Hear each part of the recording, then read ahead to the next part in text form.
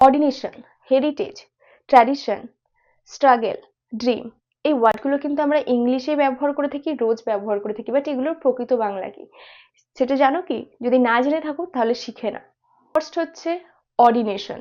Ordination মানে হচ্ছে সংস্কার। হেরিটেজ, হেরিটেজ মানে হচ্ছে ধরোহর, যেমন ধরো যেটা প্রাচীনকাল থেকে হয়ে আসছে, তো বা কোনো প্রাচীন জিনিস সেটাকে আমরা বলতে পারি হেরিটেজ।